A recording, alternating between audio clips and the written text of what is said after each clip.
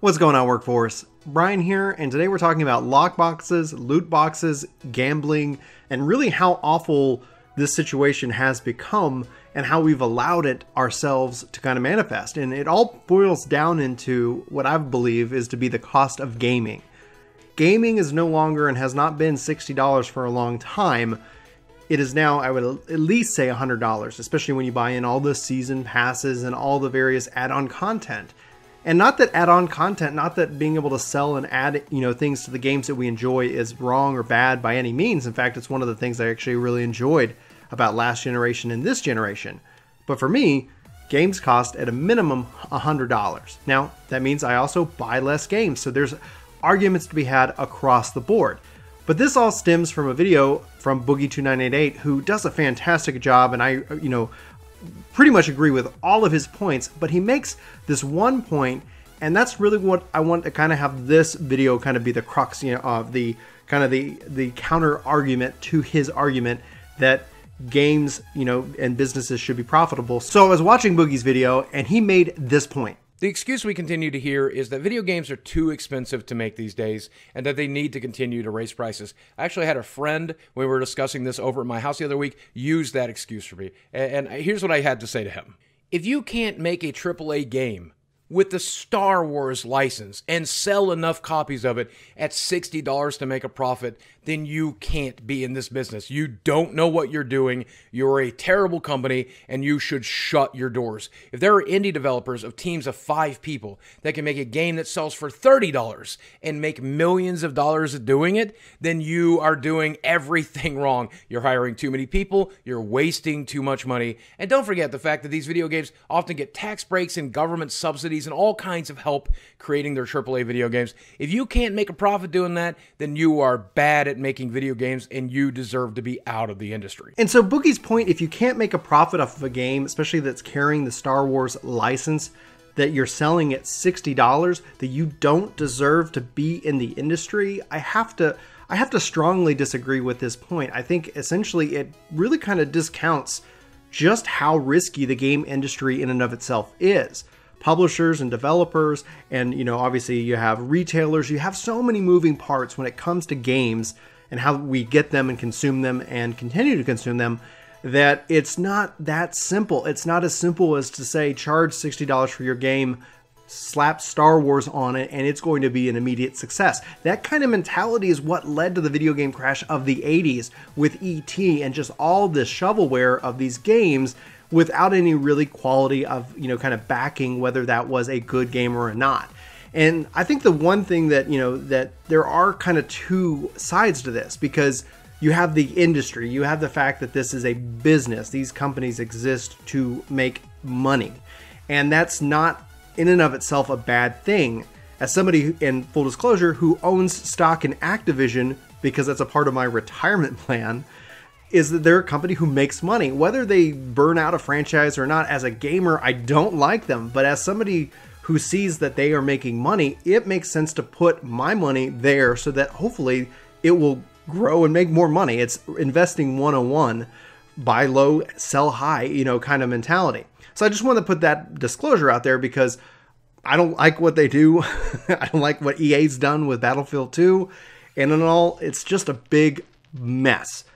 But, to his point, games and any kind of franchise that you could attach to anything is not a guarantee of success, especially as more and more gamers get burned out from faulty releases and pre-order guarantees. Everybody's becoming more and more skeptical, and the industry has to react some way. If they're not making money and being able to sell and bank off of pre-orders as more and more people learn that there's really no value in pre-ordering a game whatsoever, well, how do you kind of offset that cost? How do you manage that risk? And it boils down to a concept called ROI. ROI stands for return on investment. With these publicly traded companies, they want to know, what is my return? If I put in $5 million today, when will I see $10 million later? Will that be in 18 months? Will that be in 2 years? Will that be in 3 years? And because of that, and this kind of still all is related to this concept where people are mad that people aren't making good single player games. And it's from looking at the industry itself, the cost of it, and the return on it is that multiplayer games stay in the market longer, they make money longer, and they continue to bring in the opportunity to either upsell or to have, additional playtime. The fact that if we're playing a game together and somebody else is like, oh, I want to play that game, they might go out and then buy that game because we're still playing it 6 months after release, 1 year after release, multiple years since the release. And the best case for this is Grand Theft Auto 5. It is continually in the top of the charts because of Grand Theft Auto Online. It's got this multiplayer component that once you kind of finish the story and you play around in the world and you've had your fun there, you can go do it all over again with friends in an ever-changing and evolving environment. And that's where you see a lot of the industry going.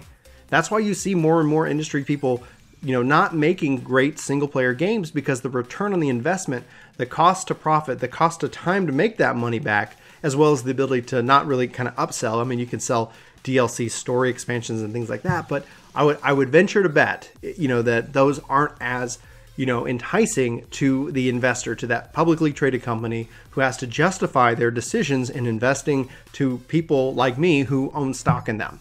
And so that all being said is that you have Nintendo, who's the complete exception to this argument. One of the biggest issues that we as gamers tend to get upset about Nintendo is that they take a lot of risks and they do things that are just insane. And sometimes, actually more times than not, they succeed.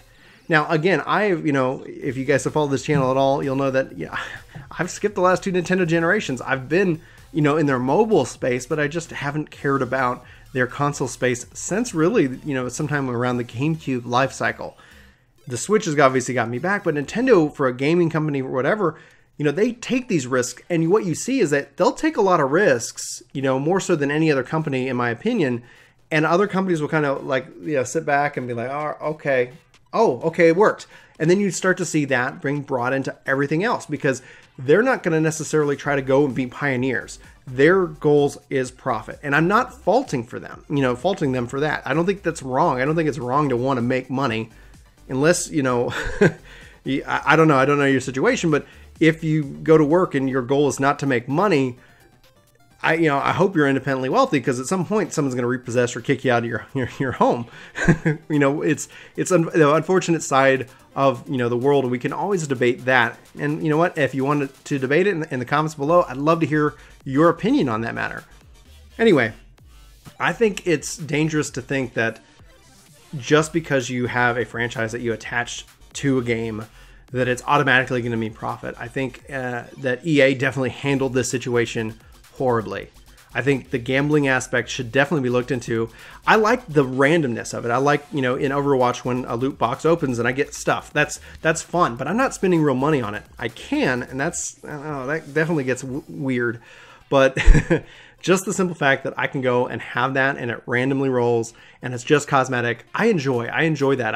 I've argued that they needed to do that in more games, especially in Final Fantasy regarding fates and things of that nature. But outside of that, like when you're talking about real money and trying to do progression and trying to say that, this is all included on the disc, EA really messed up. And ideally what Boogie makes great points on, and again, make sure you go check out his video if you haven't seen this one. It's really, really good. So again, links in the description below to it. He makes a lot of really fantastic points, and all of those I agree on. But just saying that, just because your game's $60, etc., and that you have Star Wars means it's a success, I completely think that it's the wrong way to look at it. And as gamers, if we want better single-player games, if we want the content that we say we want, we got to vote with it with our dollars. We have to open our wallets. We got to say, games are really $100. And maybe, again, that's not the situation, but they have to be. There's no real way about it unless they're going to continue to try to monetize us in other ways, to where we buy a game and then we have to keep buying the game. And I don't like that. I don't like that idea, that future. And the thing that scares me more than anything else is that idea that where games have to remain $60, otherwise the market just can't support it. I think the market can, but I could be completely wrong. This is just my opinion. Again, I'd love to know yours. Sound off in the comments below. Am I nuts? Am I onto something? Are you willing to spend more than $60 on a video game? For me, the answer is it depends on the game. To be fair, I like to buy sales just like anybody else. But if I do buy a game, I like to buy the whole daggum thing. I like to have everything. I don't want to be like, oh, I wish I had got the digital collector's edition, etc. No. Just going to buy the game. Anyway, For Work to Game, my name's Brian. Thanks so much for watching this video. I hope to see you in my next. But until then, hope you have a fantastic week. Take care. Hey everybody, Brian and Chuck here for Work to Game. Chuck wants to tell you that you should totally subscribe to the channel. And that you should totally hit that like button. Oh, and then we also got t-shirts on sale for some reason. That's a little bit mean, Chuck. I'm not crazy.